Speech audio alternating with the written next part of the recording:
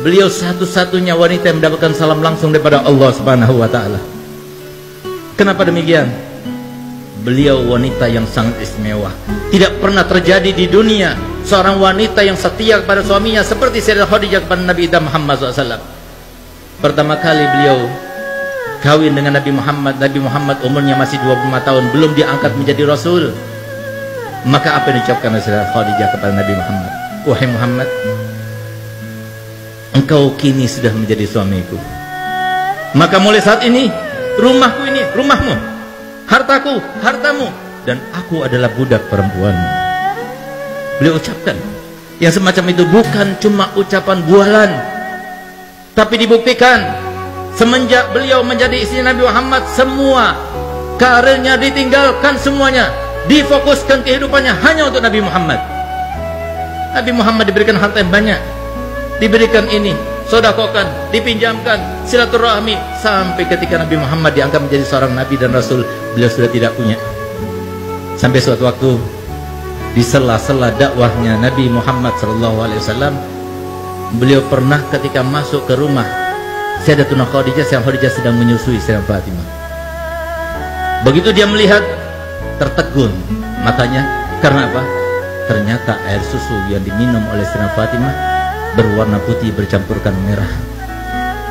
Kenapa? Karena beliau sekeluarga Nabi Muhammad dengan Sayyidah Khadijah dan Sayyidah Fatimah tidak makan 3 hari 3 malam, sehingga tidak keluar lagi air susu yang berwarna putih.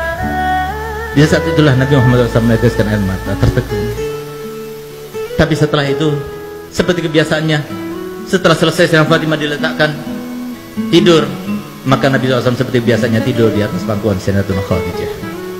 Ketika dia tidur terlelap, tiba-tiba Sayyidah Khadijah meneteskan air mata yang menyebabkan Nabi Muhammad bangun karenanya. Ketika dia bangun, dia melihat Sayyidah Khadijah dalam keadaan menangis.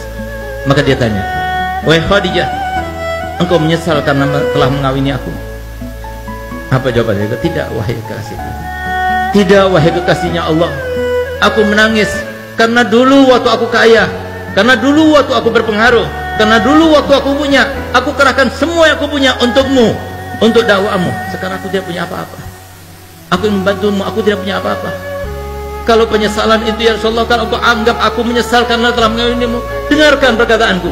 Kalau seumpama aku sudah meninggal dunia, sementara engkau masih membutuhkan biaya, engkau tidak mendapatkan biaya itu, galilah kuburanku, ambillah tulang belulangku, rakitlah, gunakan untuk sampanmu, untuk jadikan sebagai rakitmu, untuk perjalanan dakwahmu. Kalau engkau mau, pergilah ke pasar, juallah, dan hasil penjualannya kau gunakan untuk biaya dakwahmu." Sayyidah Khadijah bukan cuma bualan saja.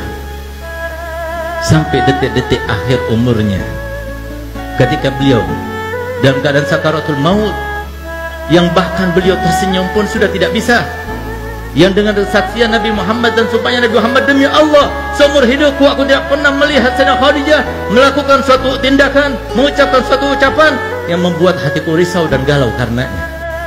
Demi Allah, aku tidak pernah menginginkan sesuatu untuk dilakukan oleh Sayyidah Khadijah kecuali sebelum aku utarakan, beliau sudah melakukannya untukku."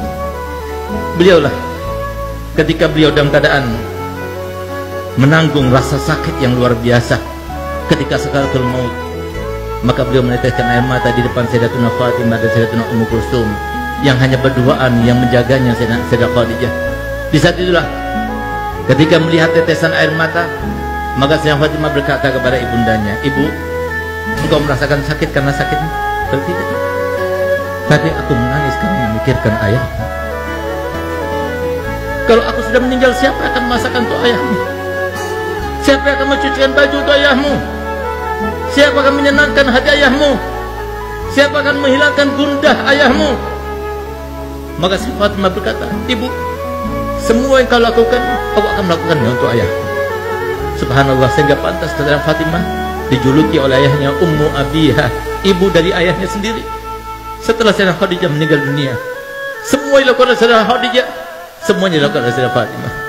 Subhanallah, di saat-saat beliau sedang berkeluh kesah semacam itu, tiba-tiba terdengar suara ketukan yang sangat halus, tidak keras, tidak mengagetkan mereka.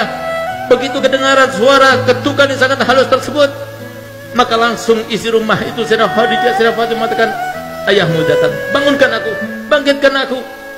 Sayyidah Khadijah duduk sudah tidak kuat, tapi minta pada Fatimah supaya ditopang dengan lututnya, supaya kelihatan seakan-akan dia duduk. Yang tadinya wajahnya bersenyum saja tidak bisa, dipaksakan untuk tersenyum. Sehingga ketika Nabi Muhammad datang melihat Sayyidah Khadijah dalam keadaan semacam itu, dikiranya oleh Nabi Muhammad Sayyidah Khadijah dalam keadaan sudah baik, sudah enakan. Maka Nabi Muhammad, kalau begitu aku akan meneruskan dakwahku. Dia keluar kembali. Setelah keluar beberapa langkah ke depan, tiba-tiba Sayyidah Fatimah membuka lagi pintunya dan memanggilnya, Abah, Abah, ibu sudah meninggal dunia. Sampai detik-detik akhirnya tidak mau melihat Nabi SAW dalam keadaan risau. Inilah akhlak ahlul bait. Ini akhlak yang diajarkan Nabi Muhammad SAW kepada anaknya, kepada istrinya. Semuanya berkorban untuk apa? Meraih ridho